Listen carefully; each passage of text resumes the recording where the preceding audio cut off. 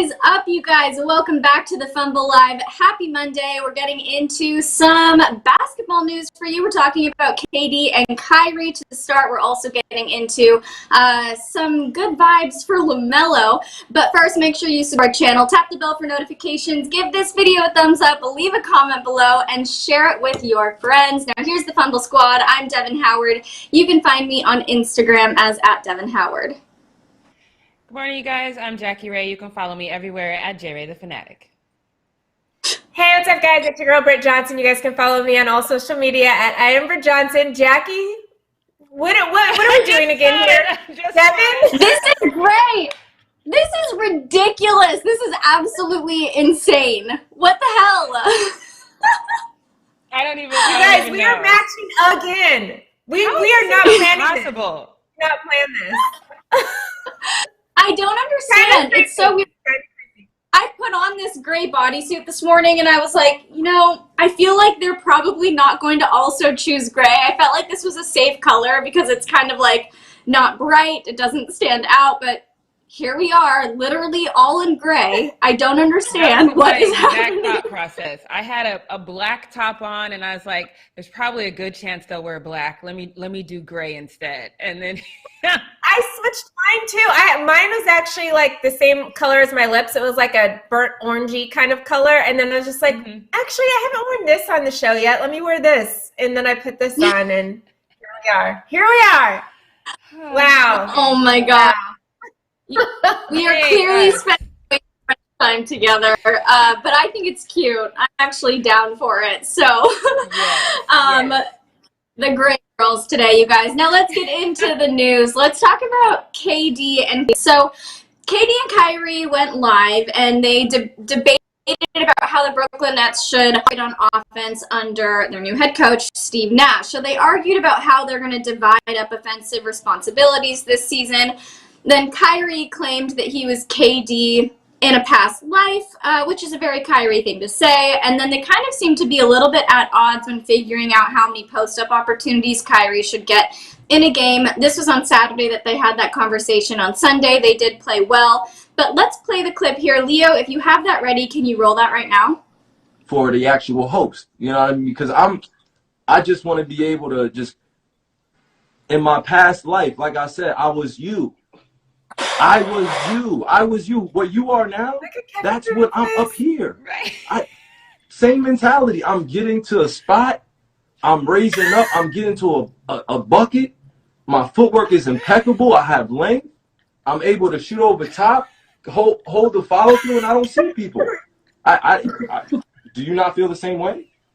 I do sometimes, but I'm just saying I don't think that's good for the continuity of our offense if our point guard always want to be underneath the rim. You know what I'm saying?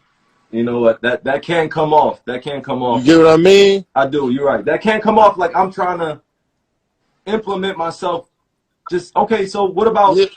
So what about 7 post-ups instead of 8? Oh, God. I mean, we negotiated. I thought we was going to do 2.5 post-ups a game. The half one is like I throw you the ball in the post and you just throw it right back out to me.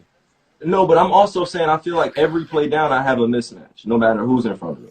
So I think that mentality mixed with having that post guard is a great balance. You know.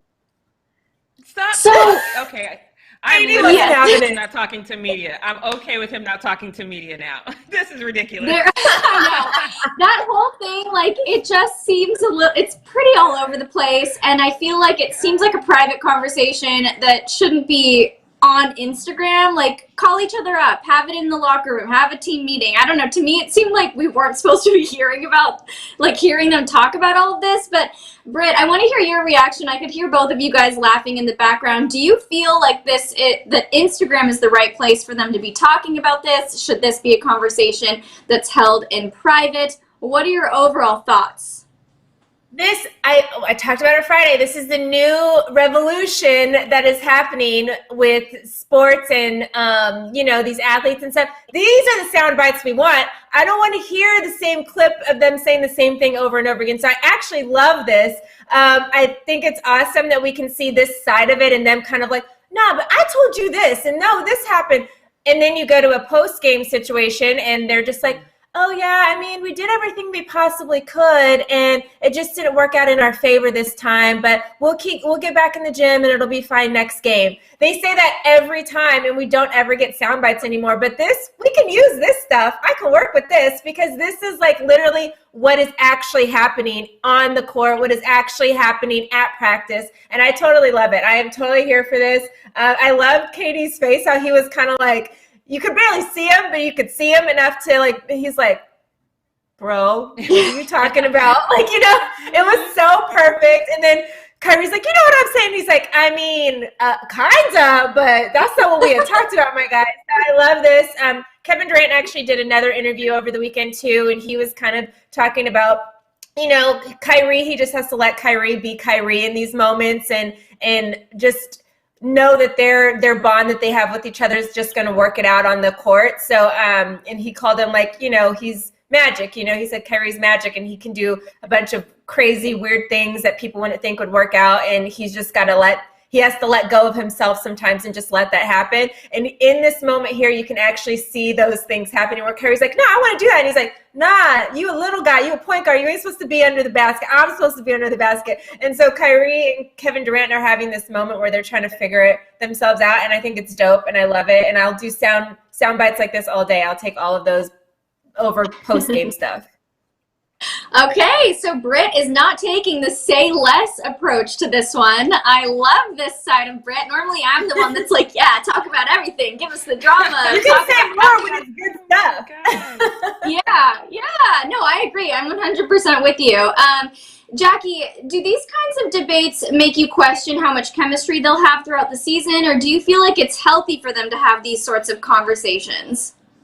I mean, they have to have these sorts of conversations because I actually love this too. I'm probably the one that's like, say less, because for me, this is just an exclamation point on the Kyrie wants to be Batman. He is not trying to be Robin, you know, and he's like, yeah, I'll get about 8 post-ups. And then, you know, KD is like, no, you'll get 2.5, and that half is you passing it back to me. Like, what are you talking about? So this is definitely one of those moments where Kyrie is proving the media right. And which is funny to me because he's this person who said he doesn't want to talk to the media because he's going to get this negative, you know, feedback, and the media is going to say one thing about him and he really means another. The media is going to say you want to be more than what you are. You literally said in a former life you had length. What life is this? This is the most hilarious display. I actually do love it for all of those reasons. But if this is his reason for not talking to the media is because he doesn't want things to get misconstrued, he doesn't want them to say bad things about him, totally blew it.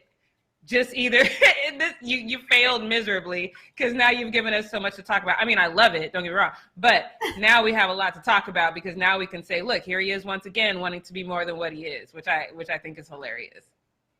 That's so true, Jackie. It's like you can't blame the media for crazy headlines when you're going to go on your own Instagram Live and say things that can be taken out of context or twisted or sensationalized.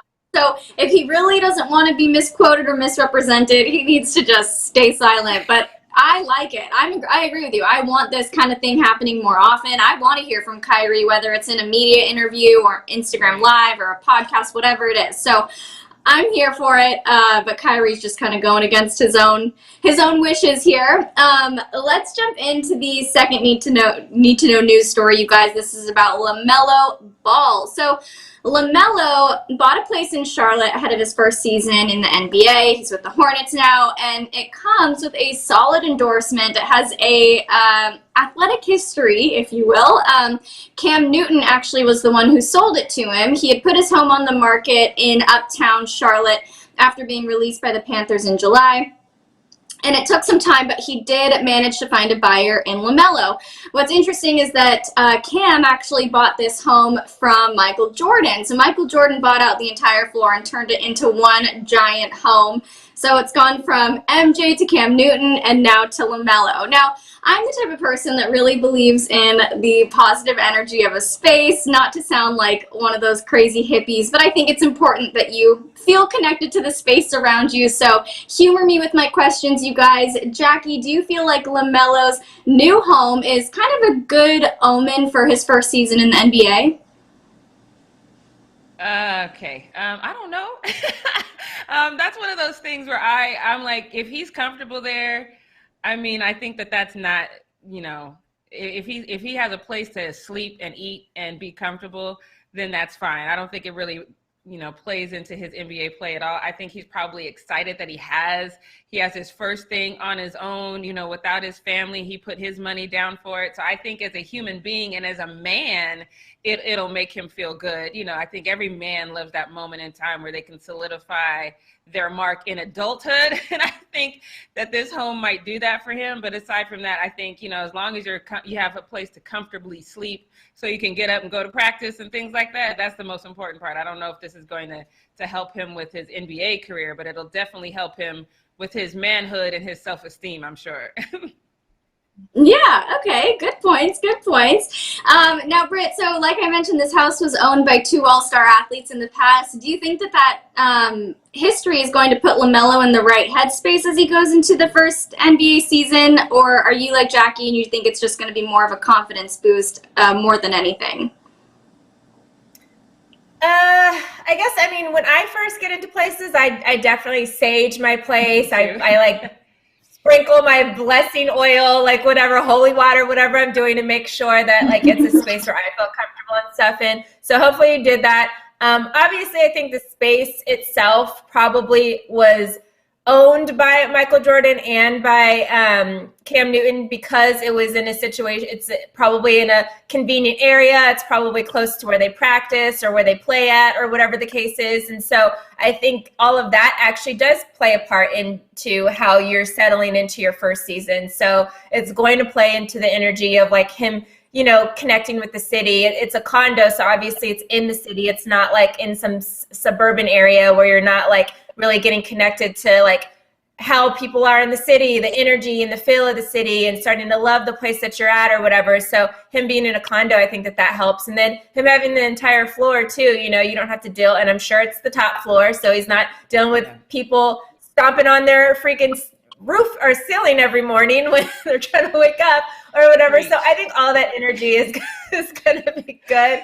And I like the space for him because obviously, like I said, these people got that particular space for those reasons because it was convenient. It helped them connect with the city, this, that, and the third. So I think it's going to work in that part of that energy that they brought in to now come into LaMelo as well. But congratulations, my guy. It seems like you got a cute little spot there. I like it. Yeah.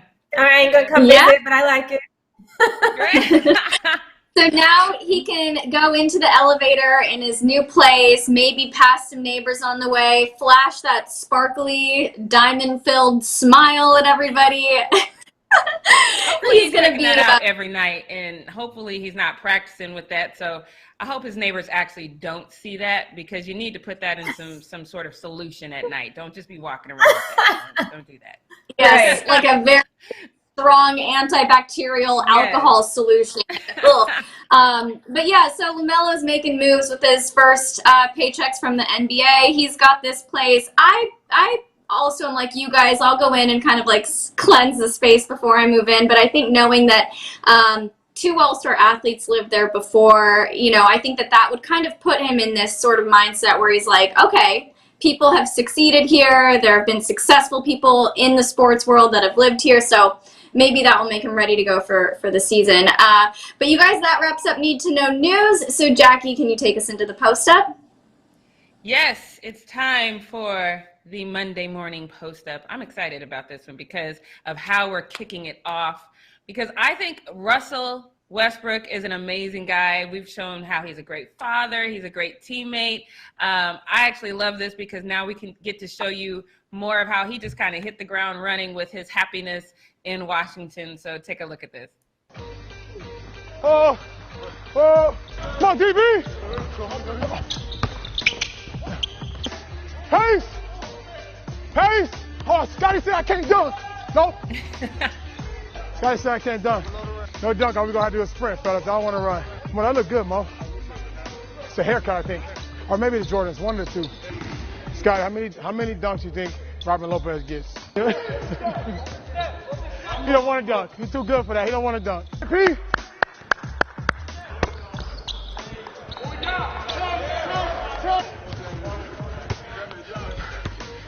All the Europeans can't play soccer? Hey, P. Oh, gosh. Over the top. Go, go, go. Good. Robin, you want to say anything nice? If I didn't know better, I would think he played his whole career here. Because he's just having such a good time with everyone. Everyone is just super receptive to him. And like I said, it just seems like he's been there this whole time. And everywhere he goes, every single team he goes to, that's what his teammates say. His teammates say he's a hard worker, he's a fun guy, he's loyal, he's very giving to everybody. I don't know how we as media feel differently. We've heard different things said about Russ. So I think that this Twitter user, kind of hit it on the head. Well, I'll get to that in a second. But yeah, they said this dude's personality is amazing and the media with the bad teammates is weird. It is weird because we've never seen that. We've never heard anyone say that about him either. And he's even having fun on the sideline. Even though he didn't play the other day, he is having fun on the sideline as well. So take a look at that. Drawing up plays with a corduroy button up on. I love it. Stylish. I didn't know they still made corduroys. That's crazy. Drawing up. I didn't even know. That's one thing you will not see me, Devin, or Britt in. I can guarantee you it's some yellow corduroy. You never have to worry about that. I didn't know they still made corduroy, so this is new information to me. But I'm so happy that he is out there doing exactly what we thought he would do, and that's having fun and being an asset to that team. So let's move on because somebody else is back. Steph Curry is back, you guys. Kind of. In his preseason debut, he was 3 for 10 and only made 2 of the 7 3-pointers he tried, but he's still out here doing crazy stuff, and he synced this one before the game. Why? Why, Steph? Like, why do you feel the need to do this? It's just ridiculous. I mean, oh my God, come on. All right, so once again, Twitter is split right down the middle, and I'm going to have to go to my ladies after I read this to you guys and see where you guys are at. Because one user says he's going to get exposed. No more super team for Stephanie. That's disrespectful, first of all. And then the second one says greatest shooter of all time, no debate. All right, ladies, so let me get you up here. Devin, I'm going to start with you. Do you feel like he's the greatest shooter of all time, or do you feel like he's going to get exposed? We've been talking about that. Is he going to be able to carry the team? Are we going to see the Steph of old? What do you think?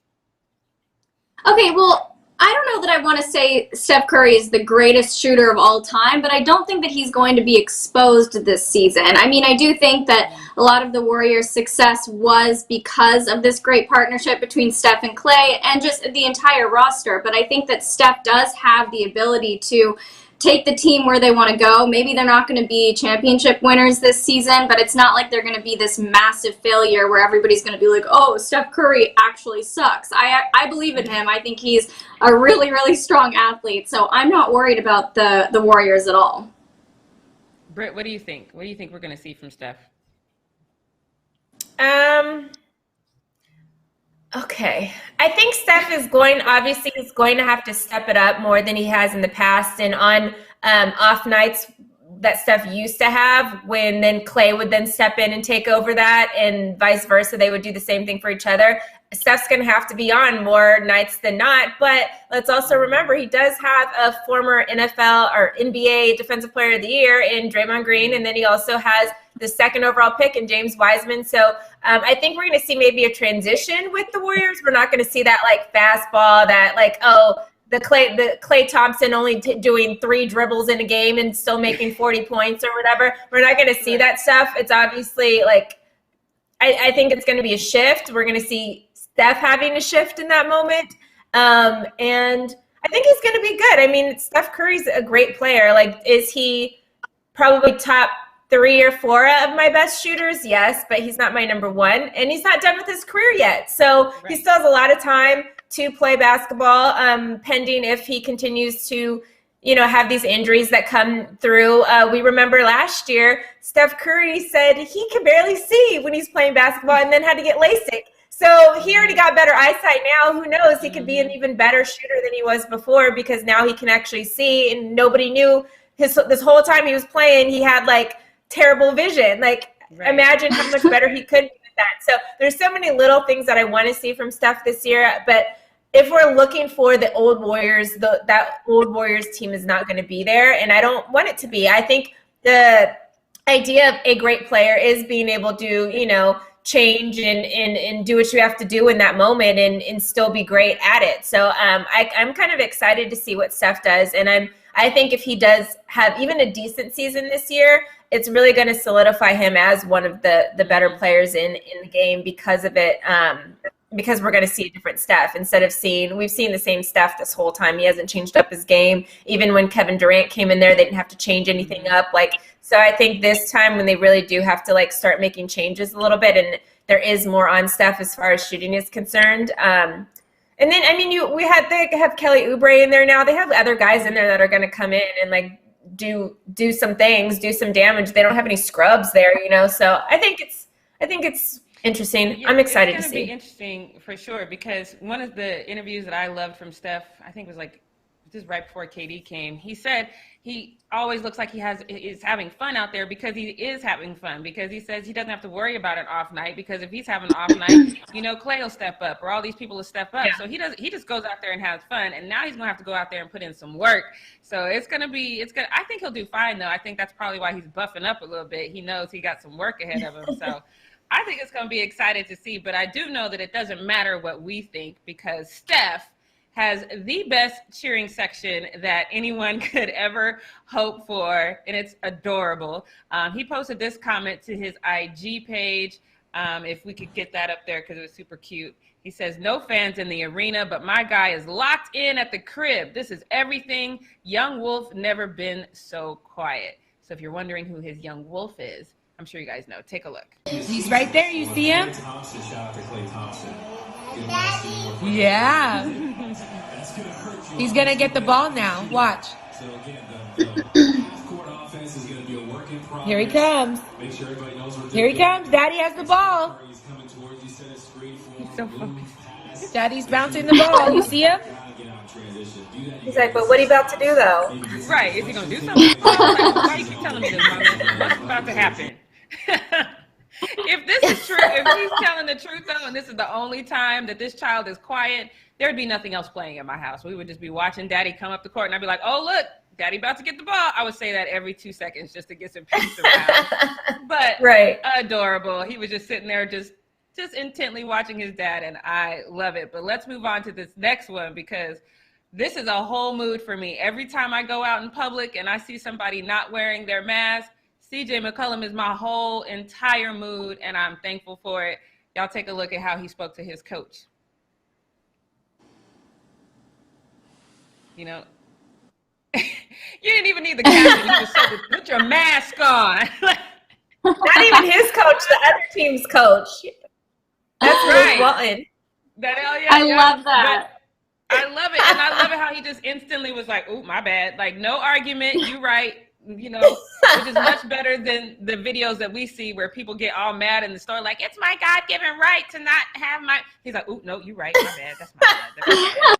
I love that. But if you want to know why we are seeing these spikes in COVID, I'm going to give you 2 comments from Twitter right now because they are going to help you understand why CJ is my whole mood. Because one dude called him a Karen for telling him to put his mask, or telling Luke to put his mask on. But this next one irks me, and we need to have a conversation about it. It's a perfect example of how COVID works. Someone yelling at someone else to put their mask on while that person doesn't have a mask on. Meanwhile, I'm sure they are wearing all of them. They're wearing them all the times when the cameras aren't on. Have we not explained how masks work on this? Like, I don't know what. Britt, will you please have at this person for me? Because it gives me a headache, and I'm over It's just so stupid. And, the rule is every coach and whoever's on the sideline, they have to have their masks on. The players don't have to have their masks on. That's part of the rules. They get actually tested more than the coaches and players, or the coaches do. And, yeah, all he's doing, is sitting there, yelling at people and said, "No, put your mask back on," because you screaming in that spit. I see that spit in the air, and that's got germs right there. So put your mask back on, my guy. Put your mask back on. But yeah, that's he's CJ's just saying the rules. He got it. Yeah. He's a coach. He got to have his mask on, and especially he on the other team. Oh yeah, he's gonna call him out for sure. Right, you're not gonna be right. Like, hey, and then projectiles coming out on my team. That's not what we're gonna do. Because of another coach on another team. But I love the instant respect, and it was just all good. This is how you guys are supposed to handle it. When somebody tells you to put your mask on, just put it on right away. Move on about your life. It's no problem. It's no problem. Pretty simple. All right, this next one is because we already talked about LaMelo and his shiny bling bling teeth, and so obviously we all know that athletes love shiny stuff, and AD is loving all of the new drip from Trez, and this is hilarious to me. Take a look. He sees that. Oh my God!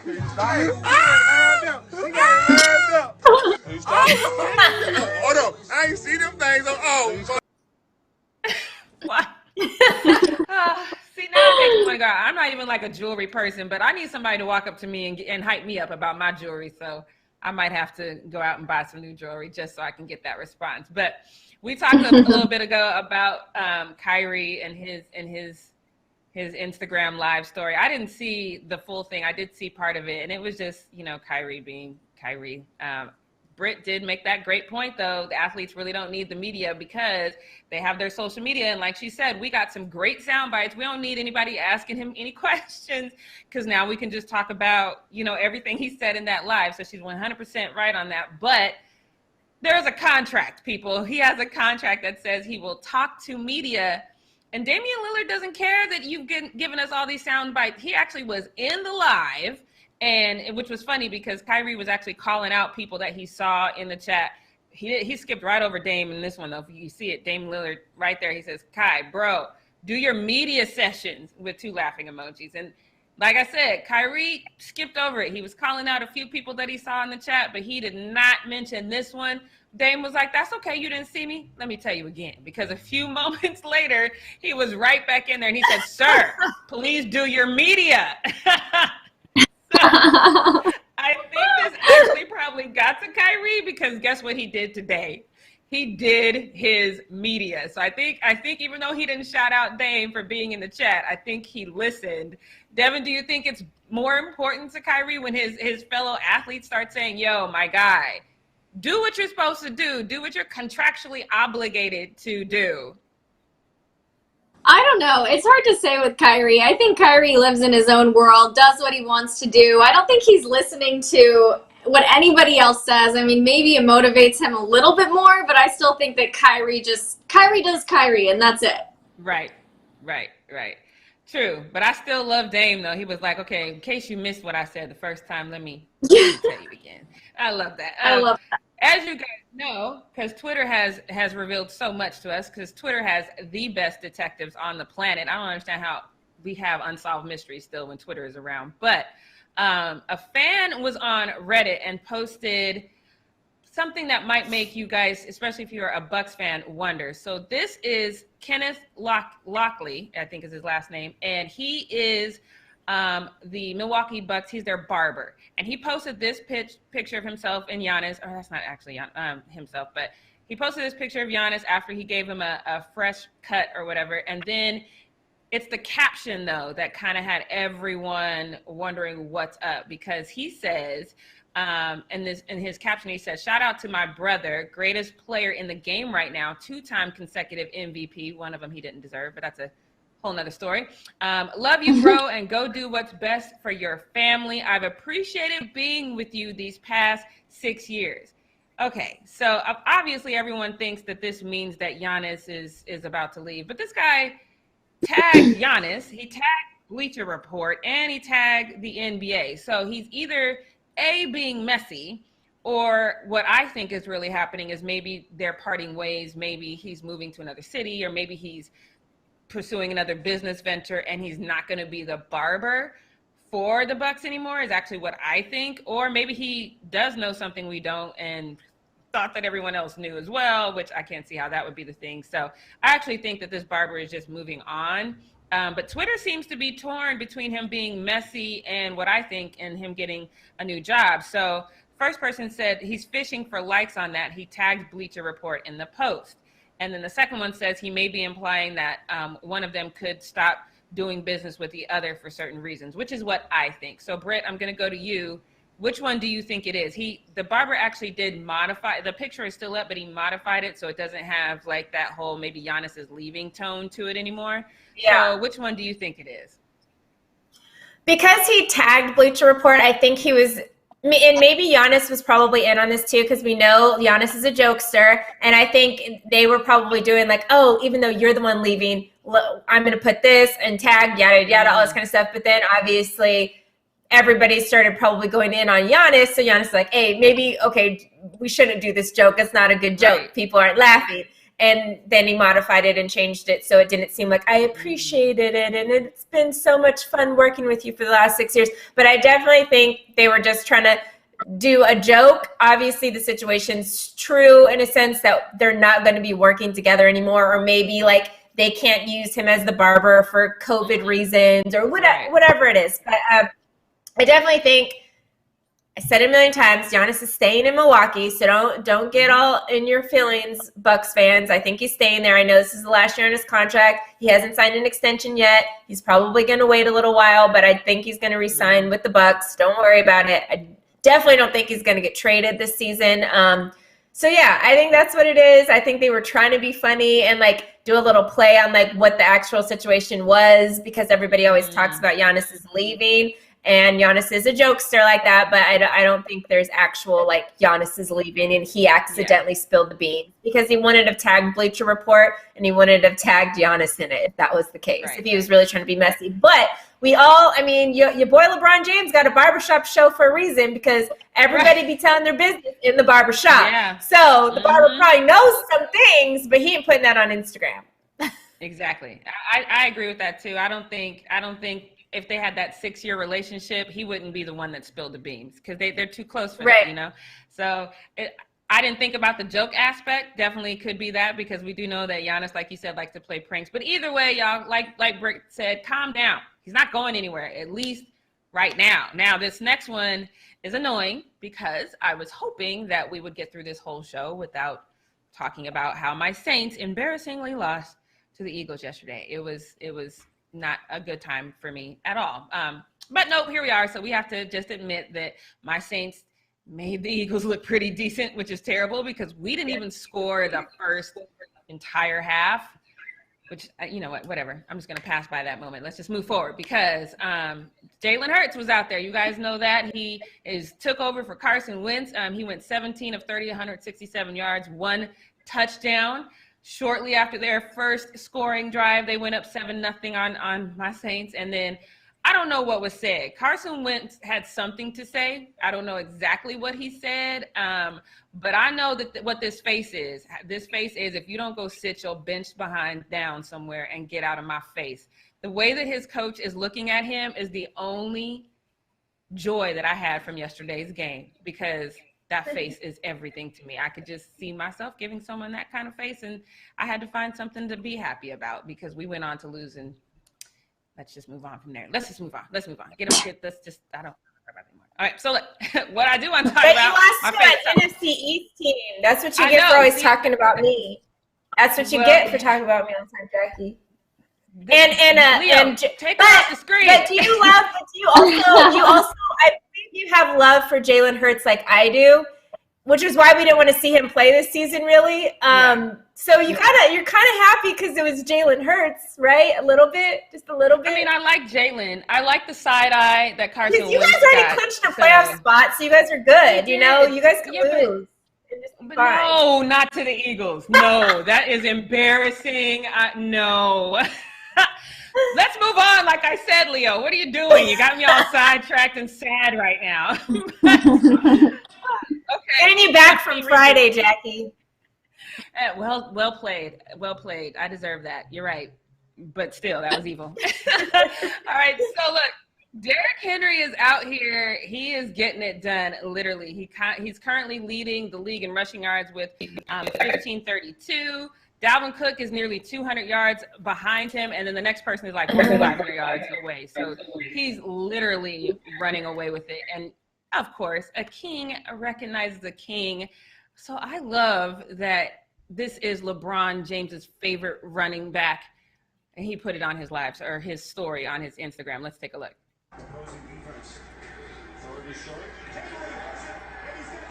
Yeah, King. Yeah, King.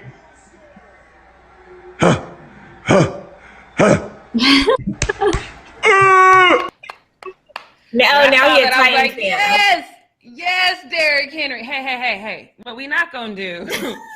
LeBron likes who he likes. This ain't about teams. What we not gonna do is start pointing this out. He likes who he likes. Because this one makes me really mad because who's LeBron James's team? The Dallas Cowboys. LeBron goes to Dallas Cowboys training camp every year. He's been a Cowboys fan forever. And now you a Titans fan, my guy? He is a Derrick Henry fan. It's different. He's just a fan. We have a good running back. We have a good running back on our own team. He can be an Ezekiel Elliott fan. Yes, but you don't have a good team, though. And maybe he just wants to, venture over to see how the other side. Because he's a bandwagon. This is the most proof that he's a bandwagon fan. No. Yes, Cowboys fans don't jump on other bandwagons when we suck. Get me off the screen. Get me out here. He likes one guy. It's one guy. Get me out here, Leah. It's not the entire team. It's like Brett liking Dame, but also being a Clippers fan. It's the same thing. No, it's not. Because what day of the week did LeBron James start liking Derrick Henry? What day of the week did that happen? Because this is a new thing. The day he did the dance. This is not. When you was he Derrick Henry fan when he was playing in college? No, he was not. Like, he just became a Derrick Henry fan yesterday. Didn't do the LeBron James dance in college. He just started doing it now. He's a fan now, as am I. Yeah. Y'all know when you rock with LeBron, I rock with LeBron. Okay, so anybody that does a LeBron James dance, LeBron James now a fan of, stop. If they're good. LeBron, stop. If they're good. You can't just be out here fumbling the ball. That's your ticket. You got to get on Instagram now and do the LeBron dance yourself. Tag him. Okay. Don't get on TikTok, girl. Jaden's just still trying to get you on TikTok. Don't do it. Don't get on TikTok. Instagram. I said Instagram. Oh, yeah. Get on Instagram. Maybe. For real. I still need my autograph so I can get that tattoo. So, that's still on my bucket list. But let's get on to this next one because this one's going to be a long one. This one's going to lead us into what we not going to do. But Ryan Clark, he's definitely become one of my favorite sports commentators because I just like how passionate he is, and I think he tells it like he is. But if you didn't notice, yesterday he had to send up this prayer, which I think we all should join him on this prayer. And he says, Father, I just love how he starts it. Father, please protect Deshaun Watson. Every game day he walks through the valley of the shadow of death, fearing no evil, but the Texans have no rod or a staff that comforts him. Biblical all through it. I love it. No number one wide receiver, run game, or O-line. So I ask you to throw your arms around him. Amen. I think that we all need to pray that prayer. Jesus' name. Won't you do it? Come on now. I love that prayer because it was embarrassing yesterday. The Texans lost to the Bears 7-36, which finalized everything for them. They're not even going to the playoffs now. They're completely out of the playoffs. They traded their most valuable offensive weapon, and poor Deshaun Watson has nobody to throw to right now. And it's sad. The Cardinals are cool with it because they got DeAndre Hopkins who's over there doing fine, but it's embarrassing. I 100% agree with Ryan Clark and everyone else who started the hashtag free Deshaun Watson, because this fan posted this and with this stat with the touchdown passes that Deshaun has. He's become the fourth quarterback since 1970 with at least 3,500 passing yards and 25 passing touchdowns in 3 of his first 4 seasons. It's a beautiful thing, but it's sad because then we also have this Twitter user who I actually love this tweet because he showed this screenshot of it, or this moment in time where look at that perfect pass, and Jordan Atkins is acting like this is his first time on the field, and he don't know that his job is in his eyes. Girl. Look at the sun. He is standing in the brightest corner of the end zone. Okay, but if anybody else pulled it down in the end zone, I am not going to give him that pass because that is your job. Follow the shadow. If you can't see the ball, just follow the shadow. It was coming right to you. This is embarrassing. So, like I said, that's going to lead me right into what we not going to do because this year, Deshaun Watson signed a 4-year, $156 million contract with the Texans that includes $27 million in signing bonuses, and $110 million of that is guaranteed. He'll have an annual salary of $39 million. So that sets you and your family up for life if you don't have some weird, crazy, stupid, dumb spending habits where you're spending like $10,000 a day on Grubhub or something like that. That should set up him and his family for a very, very long time. But that contract does not, he can't become a free agent till 2024.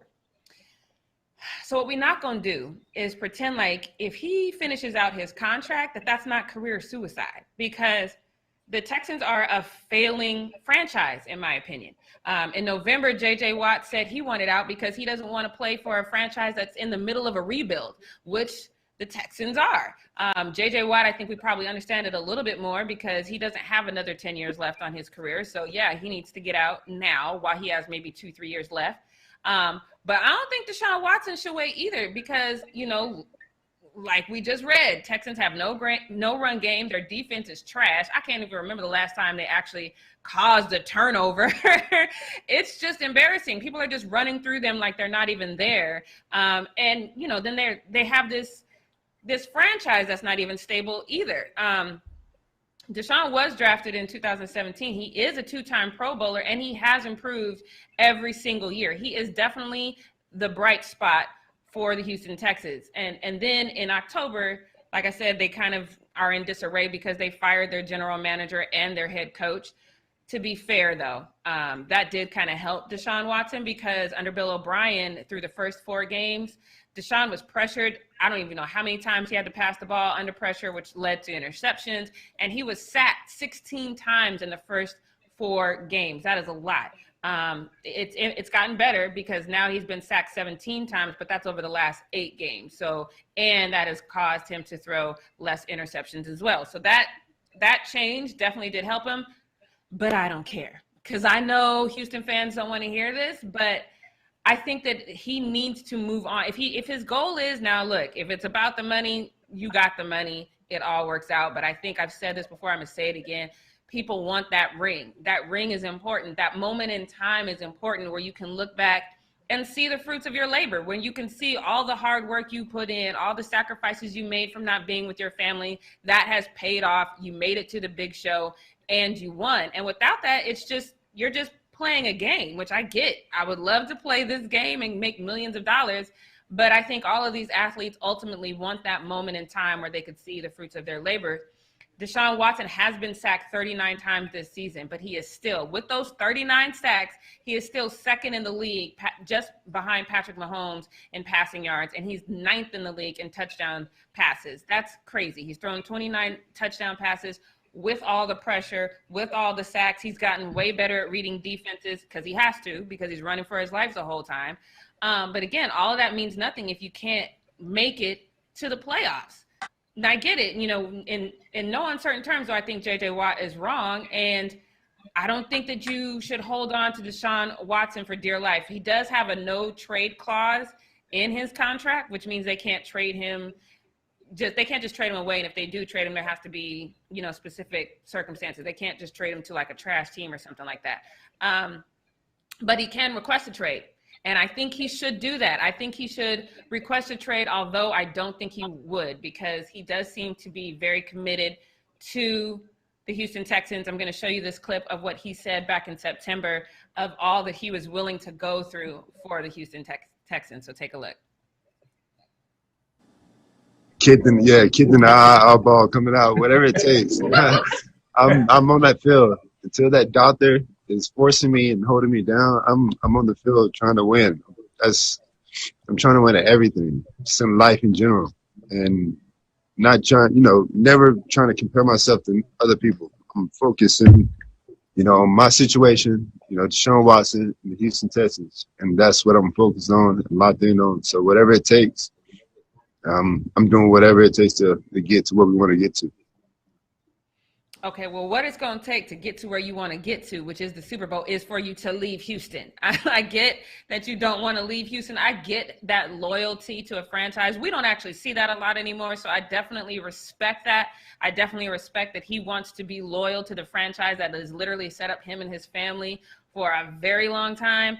But again, I want you to get to that moment where I can see a post-game interview from a Super Bowl. You know, I need to see that from you because I think you're talented enough to have that. So what we're not going to do is pretend that that moment is likely to happen. I'm not saying that the Texans will never get to a Super Bowl. I'm not saying that. Do I think that they will get to a Super Bowl during his career? I do not. And for that reason, I think it's time for him to request a trade, figure out where he can go, where he actually has a shot. I'm going to tag team with my girl Britt on this one. Do you agree? Do you think that it's a tag team? Back again. Let's begin. I forgot the word. Party over there. See, I don't like. They probably don't even know what whoop there it is. Do y'all even know what whoop there it is? They're probably like, how do you spell whoop? Whoop? How do you spell whoop? All right, Britt. Let me know. Do you agree? Do you think it's time for him to seek other options and get out of Houston? No, he needs to stay there. I love you, Jackie, and you are right on so many points. But I'm going to take a different thing on this because I'm a little more optimistic than you are. So we're going to go a little more towards optimism here on my Brit's take for this. And I believe that Deshaun Watson should stay put because, first of all, my guy is 25 years old. He is super young. At this point in a lot of stars' careers, they weren't even playing yet. Drew Brees was not doing great. I think he was still with the Chargers at this point of his career. This is still a young guy, and he still has so much time. He could play another 12 years in the league. Like, honestly, like he can be in the league for a long time. And I don't think this is time to move yet, just because I think the Texans are doing what they need to do in order to get him there. Number one step was firing Bill O'Brien as the head coach and GM. He is gone. Obviously, in a long time, I don't think in my time ever covering sports have I ever seen that situation in a week 4 or 5 of a head coach getting fired that early. So I think obviously it's huge. I mean, that was like an unprecedented moment. So it like kind of was like, okay, now what do we do? How do we react to this? Blah, blah, blah. Obviously, like Jackie said, Deshaun started doing better immediately after that. I think they won their first game after Bill O'Brien stopped or was fired as head coach. Their next game after that, they won. So I think that this obviously is going to be, it was a learning curve this season. They had some other situations with them letting go their PR lady, which was a huge thing in the NFL because she was the only woman in that position. And not only that, but she was great at her job. There are little things that they're doing, that they're adjusting, and they're trying to figure out this season. So this season, take it away. It's fine. It doesn't even matter. It doesn't even count because guess what? This team now is going to have a top draft pick next year. I think their number one issue is actually their defense, not their offense. But if you want to go ahead and draft one of the top receivers next year, there's 2 guys, Chase and what's his name? Marshall out of Ohio State. So those 2 guys are both going to be up in the draft, and I think they're going to be top 15 picks or whatever. Alabama has 2 really, really good receivers that are going to be coming out too. There are tons of good guys that are going to be in this draft. This is going to be a wide receiver heavy draft. There's going to be a decent amount of quarterbacks selected in this draft too. And if you don't need a quarterback, don't go hunting for one because I don't think there's, besides the top 2 or 3 that I mentioned last week, I don't think there's going to be a ton of great quarterbacks coming out in this draft. But there are teams that really need quarterbacks, so they're going to be searching. There's not a lot of teams that are going to be hunting for wide receivers. So even if Houston's weren't even, which they are going to be like a top 10, have a top 10 pick for next season, like they're going to have this opportunity to probably even trade up. They could probably get multiple draft picks in next year's draft by getting rid of some of these defenders that they have that are kind of terrible and rebuild. This is Houston's time to rebuild, just like the Houston Rockets are doing. I think the Houston Texans need a rebuild too, but it's going to be built around now Deshaun Watson. Like, have him in that situation and see what his needs are, what he needs to happen for that team to be great. Obviously, Bill O'Brien messed up because he thought that maybe we should get some more running backs in the situation and get rid of our star receiver because, Deshaun Watson can handle these other receivers. And no, everybody, I don't know in what world did he think you didn't need a number one receiver, but that's what he believed, and it ended up hurting the team, but not even that much. They're terrible at defense. They're second to last in the league in defense. I think the Jags are the only team that is worse in defense than the Houston Texans. And you guys have tons of opportunities because what the Texans need in the draft, not most teams are looking for in the draft. So they could finagle stuff and switch stuff around and get whatever they want in order to start a rebuild team. Obviously, I don't see them being in a situation where they are necessarily a great team in the next 3 or 4 years, but they have the potential to be that. They honestly still technically had the potential almost to still make it to the playoffs, even with the situation they had, because they were still 2-2 in their division, which is the same as the team right above them. They have a little bit, obviously they had competition in their division, but their division technically is more of an easier situation to finagle or whatever, normally on normal accounts. And they're kind of like the NFC East in a sense, to where this AFC South is or AFC West, or South, is hard sometimes, but it can be really easy sometimes too. So they honestly were technically still in a second place situation with the 2-2, just as the team above them in that scenario. So I think that they could be a playoff contending team maybe in 2 years, honestly, if they make the right picks in the draft. This is crucial. Whatever they do in this upcoming draft is going to obviously determine the team moving forward. But I really think they are trying to build everything around Deshaun Watson. And that started with firing the coach, and I think that was all because it wasn't working for Deshaun Watson. So I think Houston has a desire to be great. Bill O'Brien was not the person to do that for them. And I think that he should stay there and see what happens, see what they figure out. Obviously, if you get to a situation where after his next contract is over, which would be in 4 years from now, after this contract is over and they haven't started to move in a way, because it really is hard to build a football team and have that team be great in a certain aspect of time in a short time. It's just harder to do that than it is with basketball. If they're able to build up a team in the next 2 to 3 years, then I think he decides to stay longer or not. But at this point, I think he decides to stay. He's still young. When his next contract is over, he's still going to be under 30. So I just think this is a perfect time to stay, figure it out. I think the team is going to do whatever they can. If he goes to another situation, the team isn't built around Deshaun Watson, and they're not going to do everything to make sure they secure their star player and secure whatever Deshaun Watson wants. At this point, Houston Texans are going to do whatever Deshaun Watson wants. And I think that you should take advantage of that because that does not happen very often in the NFL. And that's my take. All right. Well,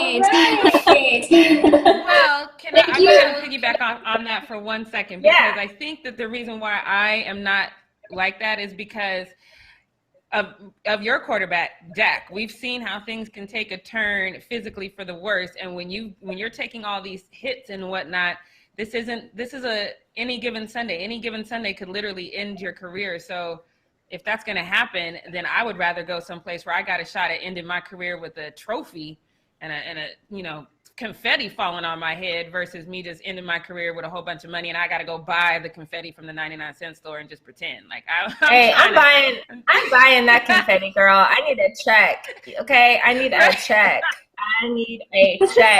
Because honestly, if he does go to another team, I can see some issue where there's some, because obviously because he has a no trade clause, he is going to say he wants to be traded, and then in that situation, he loses the mojo of his contract, and a team could be like, okay, well, yeah, we'll accept you, but you got to restructure your contract, and you got to take less money, and this, that, and the third. And I'm just I don't think you should do that, my guy, especially since the NFL is changing. The CBA is going to be in full effect next year. We've taken some parts of it into this season, but next year, the CBA is in full 100%. All the money changes, the salary cap changes, all that stuff changes next year. And you don't want to be getting the short end of the stick in a situation just to get potentially, maybe, probably not a ring. Because you don't even know if you're going to be on a team that can get a ring unless you're not a quarterback. The quarterback is the one that's going to determine if you are like a ring leading team or not. And he's going to be put into a situation that probably doesn't have a quarterback. So unless it's like a situation like Big Ben just got hurt and the Steelers need a quarterback, I don't think you take that job. Right. Well, Samuel Demis, whatever, in the chat says that the Texans will be back to winning the division next year. I think that is a stretch. But if that I gave him 2 to 3 years, but yeah.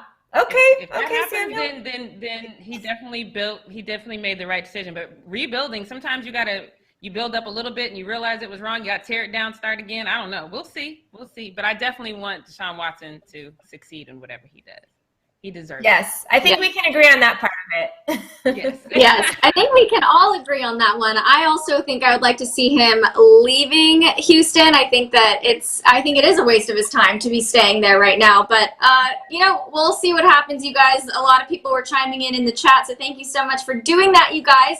Let's wrap up the show right now. We are going to be back again as usual at 11 a.m. Pacific Standard Time, so subscribe and tap the bell so you know exactly when we are going live. Leave a comment below, share this video with your friends, wash your hands, and wear a mask, you guys, and we will see you guys later. Bye, everybody. Bye.